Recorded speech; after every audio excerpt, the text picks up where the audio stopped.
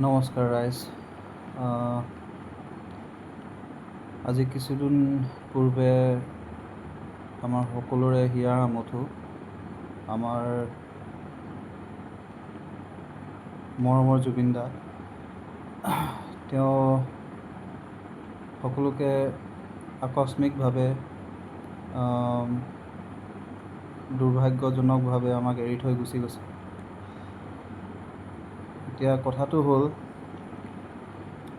তাৰ বাবে গোটেই অসম, গোটেই ৰাইজ আমি চবৰে বহুত কান্দিছোঁ, বহুত দুখ কৰিছোঁ, কিন্তু জুবিন দাক আমি কেতিয়াও ঘূৰাই নাপাওঁ।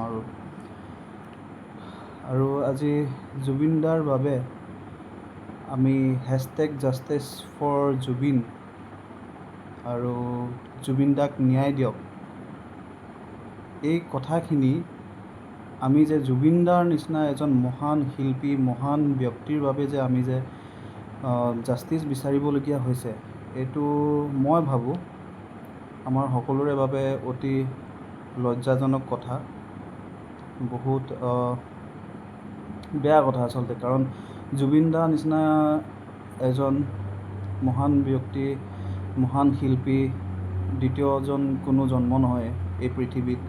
আৰু যদি জুবিন দাৰ নিচিনা এজন মহাপুৰুষে যদি ন্যায় নাপায়, তেতিয়াহ'লে জেনেৰেল নৰ্মেল জনসাধাৰণ আমি ন্যায় পাম বুলি বা যিকোনো ক্ষেত্ৰত কোনোবা এজন দুখীয়া মানুহ এজনে ন্যায় পাব যে সেইটো আশা কৰাটো, সেইটো মানে ভাবিবও নোৱাৰি। অসম চৰকাৰৰ ওপৰত আমি সকলোৱে অনুৰোধ কৰিছোঁ আৰু আমাৰ মাননীয় মুখ্যমন্ত্ৰী ডাঙৰীয়া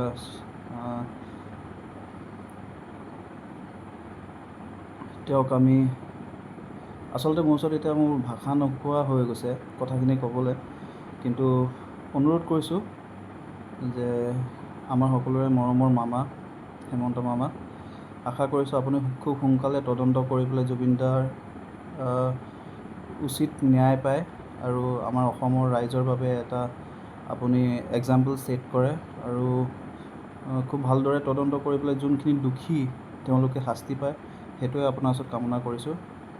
আৰু জুবিন দাৰ এই মই বহুত সৰু মানুহ হয়, তথাপিও মই এটা প্ৰচেষ্টা কৰিছোঁ যে জুবিন দাৰ মনৰ পৰা কিছু শ্ৰদ্ধাঞ্জলি মই দিব খোজোঁ। মই সৰুৰে পৰা মই তেওঁক অনুকৰণ কৰোঁ আৰু তেওঁক ব্যক্তিগতভাৱে মোৰ ভাগ্য ভাল যে মই তেওঁক লগ পাইছোঁ, ব্যক্তিগতভাৱে বহুতবাৰেই লগ পাইছোঁ আৰু তেওঁক অনুকৰণ কৰোঁ। আৰু তেওঁৰ গীত, তেওঁ কি চিন্তা কৰে, কি ভাবে, সেই কথাখিনি তেওঁৰ লগত কথা পাতোঁ বা যেতিয়া মই তেওঁক পাইছোঁ ব্যক্তিগতভাৱে, সেইখিনি মই নিজৰ জীৱনতো মই এপ্লাই কৰিবলৈ কাৰণে মই চেষ্টা কৰোঁ। আৰু তেওঁৰ আচলতে বেছি কথা নকওঁ দিয়ক ৰাইজ,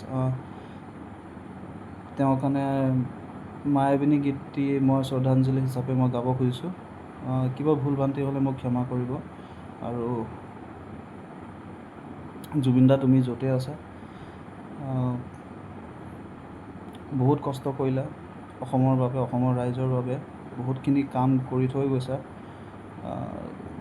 সেইখিনি অমূল্য। আমি চিৰজীৱন আপোনাৰ কাৰণে সেইখিনি কৃতজ্ঞ জনাইছোঁ আৰু আপুনি আমাৰ কাৰণে এজন মহাপুৰুষ।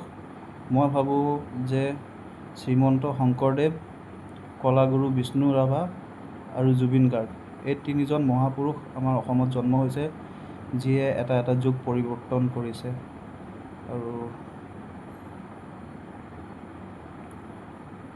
I love you, জুবিন দা।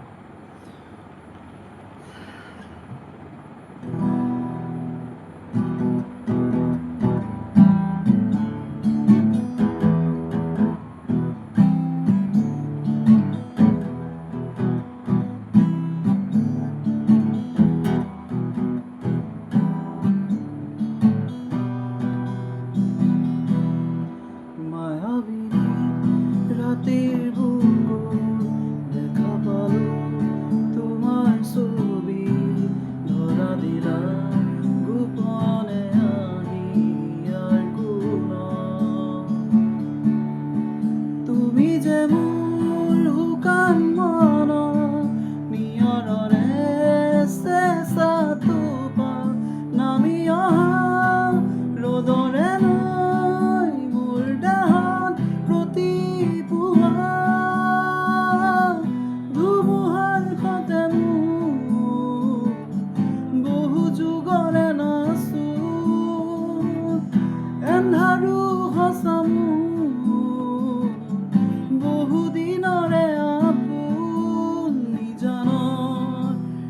গান মোৰ শেষ হ'ব ভাবো তোমাৰ বুকুত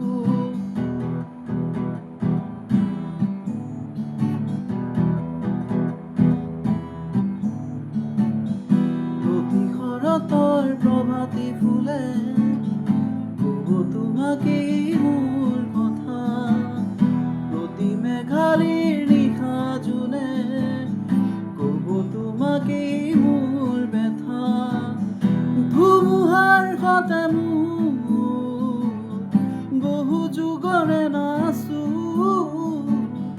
এন্ধাৰো সঁচা মোৰ বহু দিনৰে আপোন জানৰ গান মোৰ শেষ হ'ব ভাবো তোমাৰ বুকুত